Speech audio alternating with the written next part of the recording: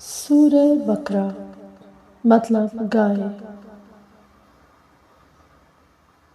اے لوگوں، اپنے اس رب کی عبادت کرو جس نے تمہیں اور تم سے پہلے لوگوں کو پیدا کیا، یہی تمہارا بچاؤ ہے، جس نے تمہارے لیے زمین کو فرش اور آسمان کو چھت بنایا، اور آسمان سے پانی اتار کر اس سے پھل پیدا کر کے تمہیں روزی دی۔ خبردار، باوجود جاننے کے اللہ کے شریر مقرر نہ کرو۔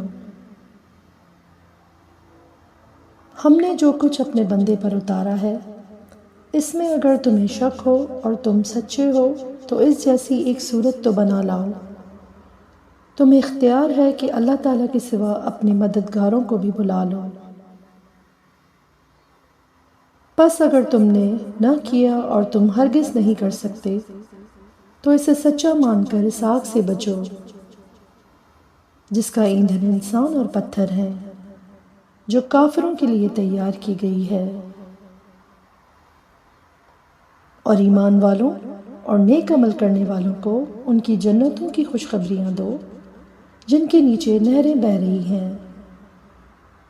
جب کبھی وہ پھلوں کا رزق دیے جائیں گے اور ہم شکل لائے جائیں گے تو کہیں گے یہ وہی ہے جو ہم سے اس سے پہلے دیے گئے تھے، اور ان کے لیے بیویاں ہیں صاف ستھری، اور وہ ان جنتوں میں ہمیشہ رہنے والے ہیں۔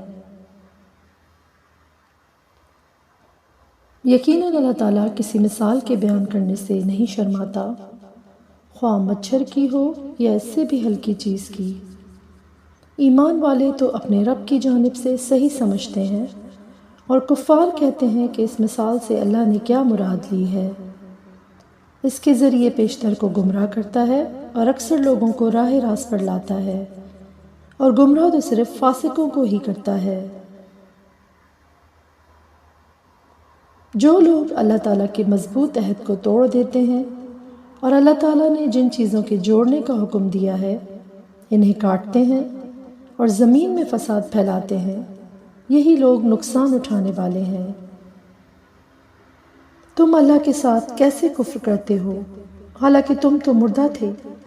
اس نے تمہیں زندہ کیا، پھر تمہیں مار ڈالے گا، پھر زندہ کرے گا، پھر اسی کی طرف لوٹائے جاؤ گے۔ وہ اللہ جس نے تمہارے لیے زمین کی تمام چیزوں کو پیدا کیا، پھر آسمان کی طرف قصد کیا اور ان کو ٹھیک ٹھاک 7 آسمان بنایا، اور وہ ہر چیز کو جانتا ہے۔ اور جب تیرے رب نے فرشتوں سے کہا کہ میں زمین میں خلیفہ بنانے والا ہوں، تو انہوں نے کہا کہ ایسے شخص کو کیوں پیدا کرتا ہے جو زمین میں فساد کرے اور خون بہائے؟ ہم تیری تسبیح اور پاکیزگی بیان کرنے والے ہیں۔ اللہ تعالیٰ نے فرمایا، جو میں جانتا ہوں تم نہیں جانتے۔ اور اللہ تعالیٰ نے آدم کو تمام نام سکھا کر ان چیزوں کو فرشتوں کے سامنے پیش کیا اور فرمایا، اگر تم سچے ہو تو ان چیزوں کے نام بتاؤ۔ ان سب نے کہا، اے اللہ، تیری ذات پاک ہے، ہمیں تو صرف اتنا ہی علم ہے جتنا تو نے ہمیں سکھا رکھا ہے، پورے علم و حکمت والا تو ہی ہے۔ اللہ تعالیٰ نے حضرت آدم علیہ السلام سے فرمایا، تم ان کے نام بتا دو۔ جب انہوں نے بتا دیے تو فرمایا کہ کیا میں تمہیں پہلے ہی نہ کہا تھا، زمین اور آسمان کا غیب میں ہی جانتا ہوں، اور میرے علم میں ہے جو تم ظاہر کر رہے ہو اور جو تم چھپاتے تھے۔ اور جب ہم نے فرشتوں سے کہا کہ آدم کو سجدہ کرو تو ابلیس کے سوا سب نے سجدہ کیا۔ اس نے انکار کیا اور تکبر کیا، وہ کافروں میں ہو گیا۔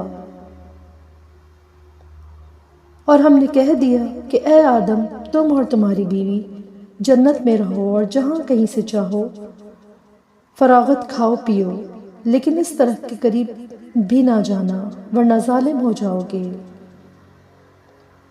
لیکن شیطان نے ان کو بہکا کر وہاں سے نکلوا ہی دیا، اور ہم نے کہہ دیا کہ اتر جاؤ، تم ایک دوسرے کے دشمن ہو، اور ایک وقت مقرر تک تمہارے لیے زمین میں ٹھہرنا اور فائدہ اٹھانا ہے۔ حضرت آدم علیہ السلام نے اپنے رب سے چند باتیں سیکھ لیں اور اللہ تعالیٰ نے ان کی توبہ قبول فرمائی۔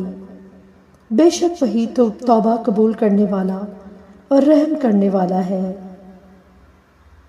ہم نے کہا تم سب یہاں سے چلے جاؤ، جب کبھی تمہارے پاس میری ہدایت پہنچے تو اس کی تابعداری کرنے والوں پر کوئی خوف و غم نہیں، اور جو انکار کر کے ہماری آیتوں کو جھٹلائیں وہ جہنمی ہیں اور ہمیشہ اسی میں رہیں گے۔ اے بنی اسرائیل، میری اس نعمت کو یاد کرو جو میں نے تم پر انعام کی، اور میرے عہد کو پورا کرو، میں تمہارے عہد کو پورا کروں گا، اور مجھ ہی سے ڈرو۔ آمین۔